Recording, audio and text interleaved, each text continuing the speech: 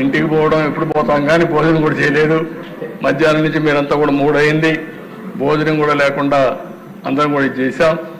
మనస్ఫూర్తిగా అవకాశాన్ని ఇచ్చిన మీ అందరికీ నమస్కారాలు, ధన్యవాదాలు.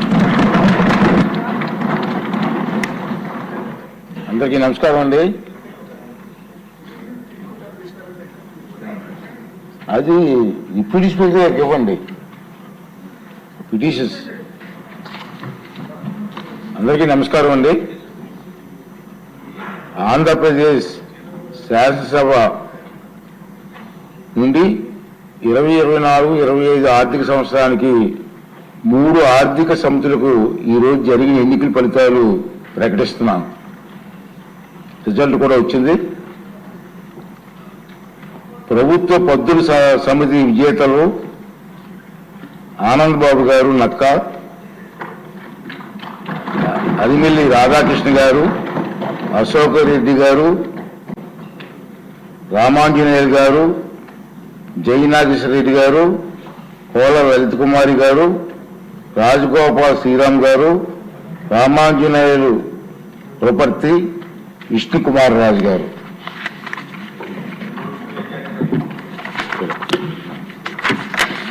అదేవిధంగా అంచనాల సమితి విజేతలు అఖిల ప్రియ గారు, బండారు సత్యానంద్ గారు, జయకృష్ణ నిమ్మక, యోగేశ్వరరావు గారు, పందుల నారాయణ రెడ్డి గారు, మద్దిపాటి వెంకటరాజు గారు, సారథి వాల్మీకి, సునీల్ కుమార్ గారు, ఏలూరు సాంబశివరావు గారు.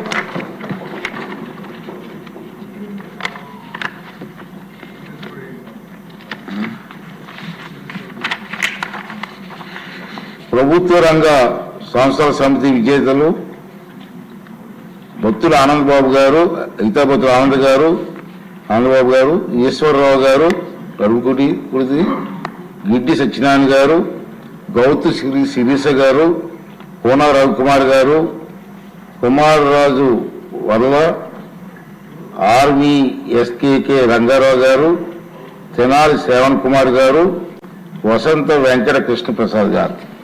ఈ ఫలితాలు వచ్చాయి. ఈ సభ ముందు ప్రకటించడం జరిగింది. అదేవిధంగా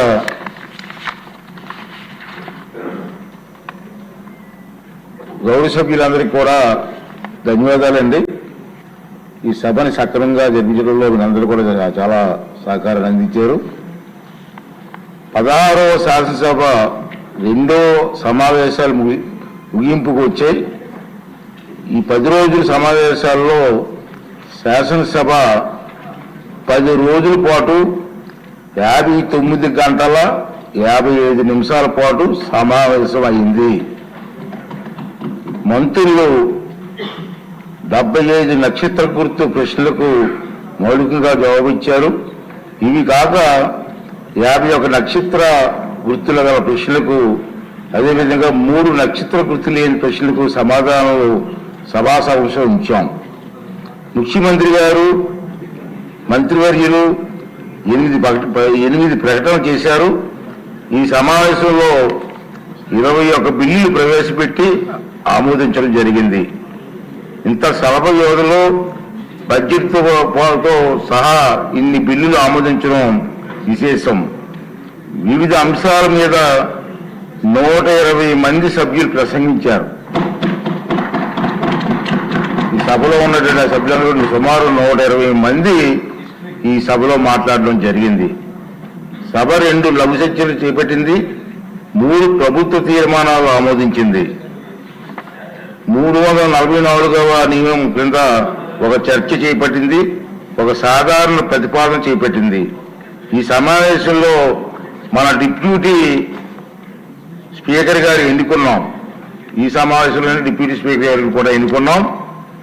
అలాగే 3 ఆర్థిక సమితులు కూడా ఎన్నికలు నిర్వహించుకున్నాం. ఈ రోజే విశాఖ డైరీ అవకతవకలపై విచారణకు ప్రత్యేక సభా సంఘాన్ని నియమించాలని సభ తీర్మానించడం కూడా జరిగింది.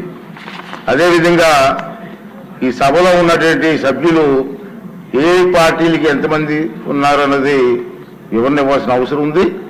తెలుగుదేశం పార్టీ తరఫున 135 మంది, జనసేన పార్టీ తరఫున 21 మంది, వైఎస్ఆర్ కాంగ్రెస్ పార్టీ తరఫున 11 మంది, భారతీయ జనతా పార్టీ తరఫున 8 మంది, మొత్తం 175 మంది.